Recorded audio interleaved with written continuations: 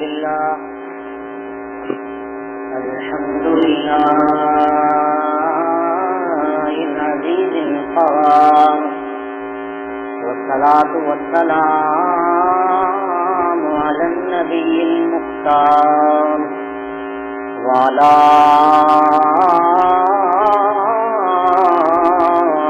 آله الأطهار وأصحابه الأخيار أما بعد فأعوذ بالله